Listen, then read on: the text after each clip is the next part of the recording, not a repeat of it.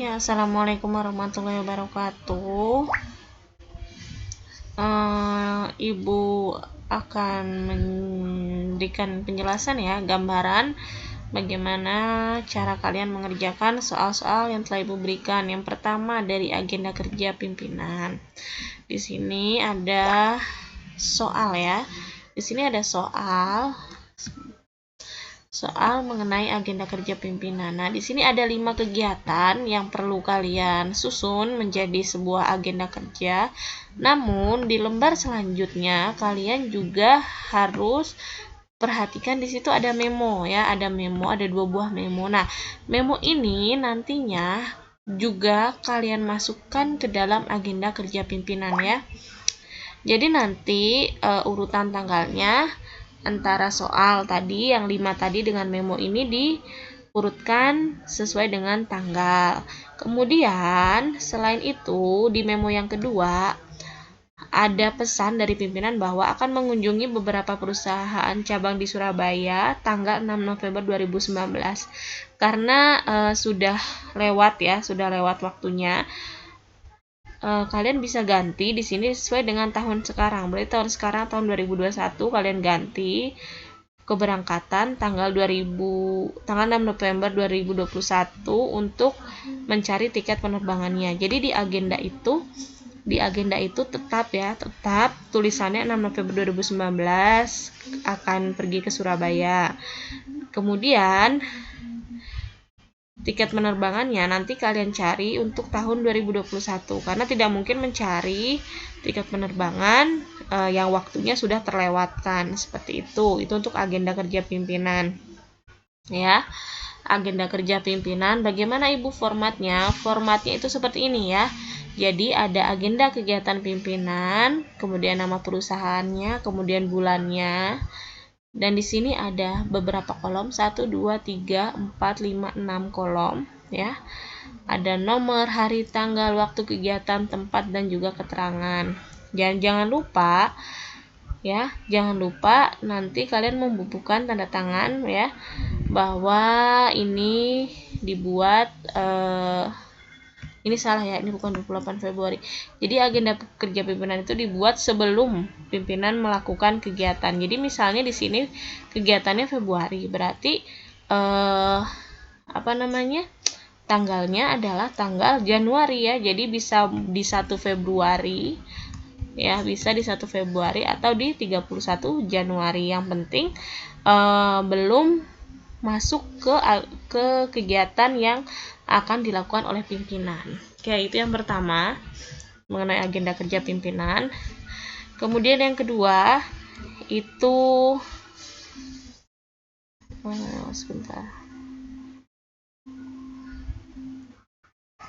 untuk tiket penerbangan mohon kalian screenshot ya, di komputer. Ya, caranya jadi di tombol di keyboard kalian itu ada tombol PR, TSC, SYS, RQ ya. Jadi di sejajar dengan F1 sampai F12 itu nanti pasti ada tombol PRT, SC, SYS, RQ. Nah, itu kalian pencet aja. Kemudian kalau misalnya sudah kalian pencet, kalian langsung bisa mempaste ya. Langsung kalian paste. Dan bisa kalian sesuaikan, bisa kalian potong, bisa kalian perbesar, kalian perkecil seperti itu ya. Kalau potong ini pakai crop ya, jadi ada pilihannya crop. Misalnya ini mau kalian potong ya, misalnya mau kalian potong. Nah, seperti ini ya. Nanti kalau misalnya sudah kalian potong, tinggal kalian klik lagi cropnya seperti itu, oke? Nah, selanjutnya adalah rapat. Rapat di sini kalian harus membuat surat undangan, agenda rapat. Agenda rapat itu rundown acara atau susunan acara rapatnya, kemudian anggaran biaya rapat dan notulen.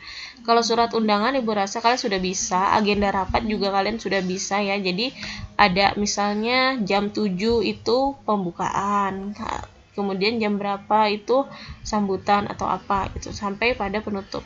Anggaran biaya rapat juga termasuk misalnya ada berapa snack yang dibutuhkan, kemudian konsumsinya, kemudian apakah ada insentif rapat dan lain sebagainya ya. Waktu pelaksanaan rapat hari ini dan tempat ruang rapat adalah ruang manajer, maksudnya nih. Tempat rapat adalah ruang manajer.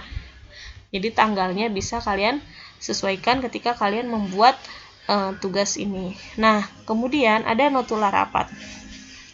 Notula rapat dibuat berdasarkan dialog yang ada di sini ya. Jadi kalian harus baca dialognya, kalian pahami, kalian ambil poin-poin penting dalam dialog rapat tersebut.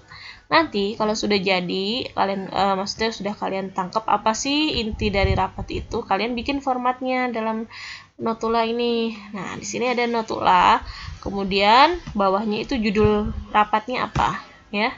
Judul rapatnya itu apa. Kemudian ada hari, tanggal, waktu, tempat, dan lain sebagainya.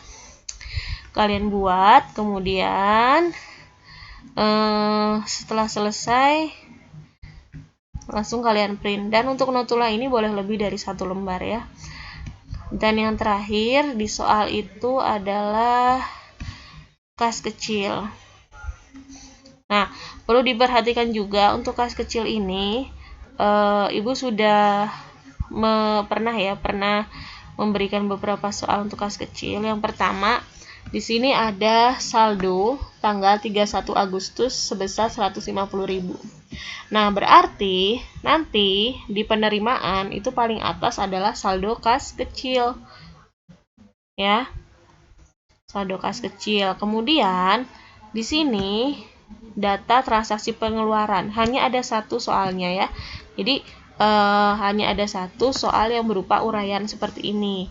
Nah, nanti di lembar selanjutnya kalian akan melihat ada yang namanya nota ya kan? Ada nota snack. Kemudian ada apa lagi? Ada nota, maaf ini ada kwitansi snack, kemudian ada nota atau bon kertas.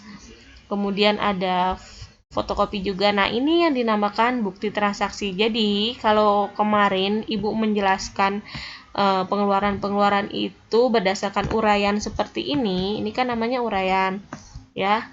Nah, untuk soal sekarang ada bukti transaksinya langsung, jadi ada kwitansinya, kemudian ada bonnya.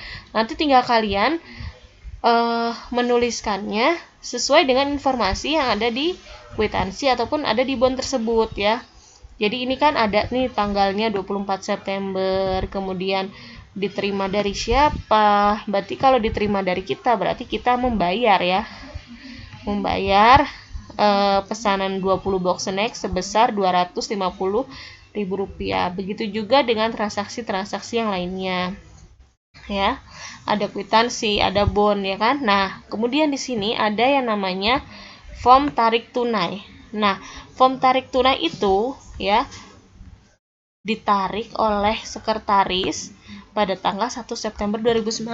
Jadi otomatis ini adalah pemasukan ya, bukti kas masuk. Bukti kas masuk berupa cek ya atau berupa form tarik tunai dari bank. Jadi pengisian dana kas kecil pada bulan September itu sebesar 6.850.000. Ya, jadi nanti di laporan itu yang pertama saldo kas kecil 150.000, yang kedua pengisian dana kas kecil sebesar 6.850.000. Nah, form pengajuan dana ini nanti dibuat di akhir ya. Jadi di akhir. Jadi ketika kalian sudah selesai membuat laporan, baru kalian ajukan dana yang akan digunakan untuk bulan berikutnya. Oke. Nah, ini bukti kas masuk. Jadi ada saldo ya, tadi saldo, kemudian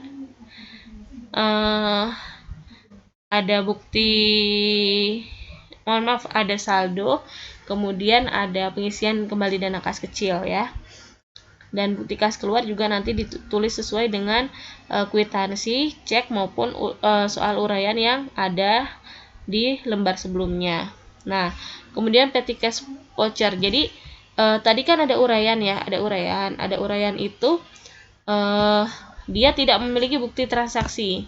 Ya, dia tidak memiliki bukti transaksi. Kita balik lagi ke atas. Dia tidak memiliki bukti transaksi.